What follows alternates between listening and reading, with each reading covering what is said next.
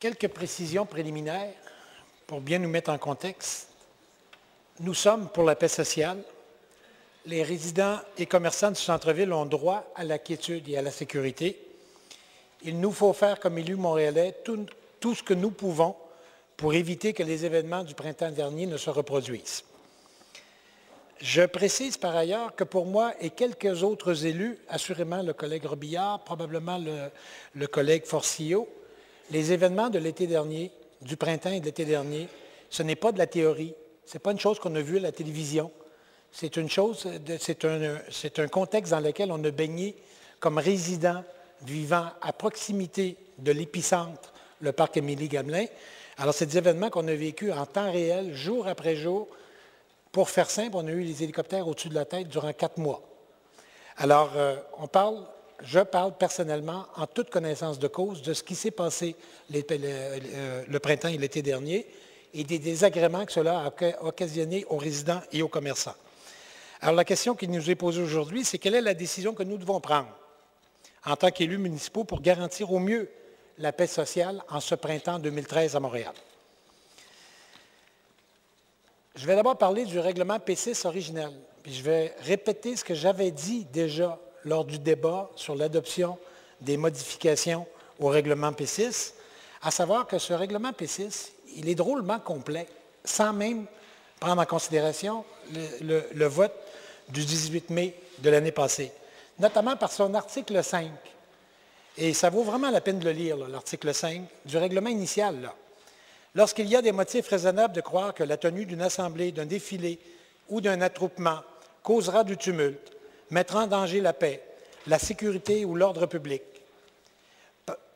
ou sera l'occasion de tels actes, le comité exécutif peut, par ordonnance, et lorsqu'une situation exceptionnelle justifie des mesures préventives pour maintenir la paix ou l'ordre public, interdire pour la période qu'il détermine en tout temps et aux heures qu'il indique, sur tout ou partie du domaine public, la tenue de toute assemblée, tout défilé ou tout attroupement. Ça, là, c'est dans le règlement initial. Alors, sachez que ça n'a jamais été utilisé. C'est-à-dire que le comité exécutif nous a demandé l'an dernier, en tant qu'Assemblée, d'ajouter des dispositions sans même avoir épuisé les dispositions du règlement initial. Et ça n'a jamais été utilisé, tout particulièrement pour interdire les manifestations contre la brutalité policière, celle du fameux 15 mars que nous avons vu année après année. Alors, ce comité exécutif, cette administration qui avait peur d'utiliser pleinement le règlement P6 existant, nous a invités à ajouter des dispositions qui, par comparaison à ce que je viens de vous lire, tous les pouvoirs requis sont là, mais il faut que le comité exécutif assume ses responsabilités. Voilà ce qui n'a pas été fait l'an dernier. Alors, le règlement P6 initial, à mon sens à moi, donne encore tous les pouvoirs requis pour assurer la paix sociale. Il est important de rappeler le contexte de l'adoption de la loi 78 à Québec, qui est devenue la loi 12, et des modifications du règlement P6 par nous à Montréal en mai 2012. À ce moment-là, le Québec entier était en crise sociale et l'épicentre de cette crise sociale était le centre-ville de Montréal et de manière plus particulière la place Émilie-Gamelin et les rues qui l'entourent. Le gouvernement en place à Québec avait intérêt à faire diversion pour éviter la création d'une commission d'enquête sur la collusion et la corruption dans divers secteurs économiques en lien avec le financement des partis politiques. Et l'administration en place à Montréal avait elle aussi intérêt à faire diversion pour détourner l'attention de sa participation active à ces pratiques de collusion et de corruption. C'est ça le contexte dans lequel on a été invité à voter des ajouts au règlement P6 en mai dernier. Alors, on a joué la loi et l'ordre, autant à Québec qu'à Montréal, pour faire oublier ce qu'on voulait faire oublier. Considérons maintenant les modifications qu'on a apportées à P6. La disposition sur les masques, on n'en a plus reparlé. Je ne sais pas si vous avez remarqué, ces derniers temps, on n'en a plus reparlé, à part la tête d'Anarco-Panda, qui est une anecdote sans plus. Et pourquoi n'en a-t-on plus reparlé? Parce qu'on n'a pas besoin d'en parler des masques, parce que c'était entièrement couvert par le Code criminel, article 351, chapitre 46, LR 1985. Je ne suis pas très familier des numérotations utilisées dans le domaine du droit, mais cet article dit textuellement « déguisement dans un dessein criminel ». est coupable d'un acte criminel et passible d'un emprisonnement maximal de 10 ans quiconque, dans l'intention de commettre un acte criminel, à la figure couverte d'un masque ou enduite de couleur, ou est autrement déguisé. Alors, on n'avait pas besoin de statuer sur les masques. Pour ce qui est de l'itinéraire avait toujours fait l'objet d'une collaboration entre policiers et manifestants. Ça fait longtemps qu'on manifeste à Montréal. Il n'y avait pas de règlement sur l'itinéraire. Et pourtant, tout allait bien. Cette relation de confiance a été rompue par l'introduction d'une obligation dans le règlement P6. Ce qui était fondé sur la confiance, dans un climat de crise, cherchant à faire diversion, est devenu une obligation réglementaire. Concernant les amendes, elles ont été multipliées, c'est le chapitre 7 qu'on a modifié l'an dernier, ont été multipliées par 3, dans une proportion de 3 à 5, et sont devenues totalement déraisonnables.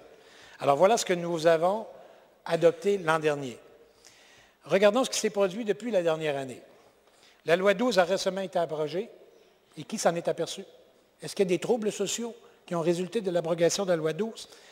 Quant à P6, ces dispositions supplémentaires votées en mai 2012 n'ont été utilisées à aucun moment l'an dernier. Vous souvenez-vous comment est-ce qu'on nous a pressés d'adopter ça parce qu'on en avait absolument besoin? La police le réclamait à grands cris, la population, les médias. Tout le monde disait, si vous ne votez pas ça, ça va être la catastrophe au Québec. On l'a voté, ça n'a jamais été utilisé avant cette année. Il faut le faire quand même. Ces dispositions sont toutefois utilisées cette année à seule fin apparente de tuer dans l'œuf toute résurgence d'un mouvement de manifestation à Montréal. C'est la seule hypothèse un peu solide qu'on puisse faire sur l'utilisation à répétition des dispositions du règlement, des nouvelles dispositions du règlement P6 cette année. Cette pratique porte atteinte aux droits et libertés prévus à la Charte des droits et libertés du Canada ainsi qu'à la Charte des droits de la personne du Québec. Les arrestations massives des dernières semaines, notamment celle du 5 avril, qui a conduit à l'arrestation de 280 personnes manifestant pacifiquement, sont embarrassantes et déraisonnables en ce qu'elles conduisent à considérer toutes ces personnes comme des criminels. En les confinant dans des espaces très restreints durant plusieurs heures, ne leur permettant même pas d'aller aux toilettes. On a surenchéri dans l'aberration et le déraisonnable, en donnant à chacune de ces 280 personnes une contravention de 637 $ pour un montant total de 178 360 $. Imaginez, 178 360 $. C'est de la déraison absolue. Une telle utilisation abusive et déraisonnable d'un règlement municipal surviendrait-elle dans une autre ville, située dans un autre pays, qu'une déclaration d'appui aux victimes des pratiques policières abusives serait probablement votée à l'unanimité des membres de ce Conseil. C'est probablement ce qu'on fera, on fera une déclaration pour dénoncer les abus qui se produiraient ailleurs. Bien, ça se produit chez nous. De façon bien réelle, le recours abusif et déraisonnable aux nouvelles dispositions de règlement P6 sert de bougie d'allumage à un nouveau mouvement de contestation. Après avoir vécu le printemps érable, sommes-nous en train de créer le printemps P6? À propos des policiers du SPVM, ils ne sont aucunement responsables des graves dérives auxquelles le règlement P6 a récemment donné lieu. C'est nous qui, en mai dernier, avons voté des dispositions déraisonnables et abusives. C'est donc nous, pas la police, qui sommes responsables de ce qui survient aujourd'hui dans nos rues. Parlons des arguments entendus dans la bouche du responsable de la sécurité publique au comité exécutif, notre collègue Christian Dubois. Alors, ouvrez les guillemets, il faut empêcher la résurgence de la violence à Montréal.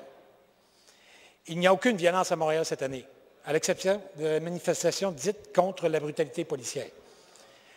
Autre propos entendu, les manifestations sont plus violentes cette année que l'an dernier. À titre d'exemple, on s'en prend maintenant aux chevaux de la police. Qui croira une telle énormité? Qui se souvient de ce qu'on a vu l'an dernier pourra croire qu'il y a plus de violence cette année qu'il y en a eu l'année passée? Personne. Ouvrir les guillemets à nouveau, c'est pour la sécurité des manifestants eux-mêmes que la police applique P6 avec vigueur. À nouveau, qui croira une telle énormité? Il serait facile, j'ouvre les guillemets à nouveau, il serait si facile d'indiquer son itinéraire, ce qui ne constitue assurément pas une demande abusive. Dieu sait qu'on me l'a servi, celle-là, dans les médias ces dernières semaines. C'est tellement facile d'indiquer son itinéraire. Pourquoi ils ne le font pas? Nous sommes d'accord. Sauf que cela, c'est de tout temps fait par échange de bons procédés entre policiers et manifestants, fondés sur une relation de confiance et de respect mutuel. Ça fait des décennies que ça fonctionnait comme ça. Consacré dans un règlement de la Ville adopté en période de crise, puis utilisé comme motif justifiant les abus des dernières semaines, cela devient un défi, presque une invitation lancée à un certain type de manifestants. À têtu, têtu ennemi. Pour finir, la tarte à la crème par excellence, j'ouvre les guillemets, tout le monde doit respecter le règlement. D'accord, ça va de soi. Sauf qu'il suffit de faire la comparaison avec le mouvement Occupy de l'automne 2011 pour être forcé de reconnaître qu'une attitude compréhensive et mesurée dans l'application des règlements municipaux peut être beaucoup plus avisée.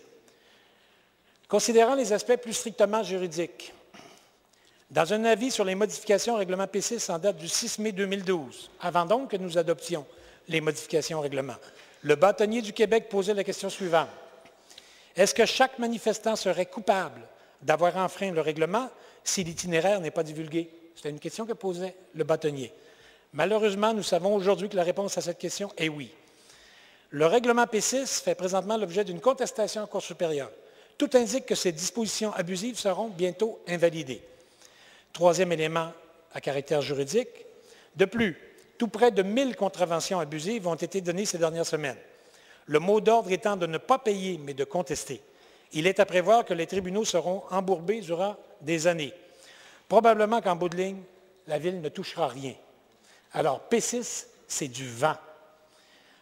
Les modifications qu'on a apportées l'an dernier. En conclusion, soyons raisonnables. Votons l'abrogation des 3 modifications apportées le 18 mai 2012 au règlement P6 de la Ville de Montréal. Merci.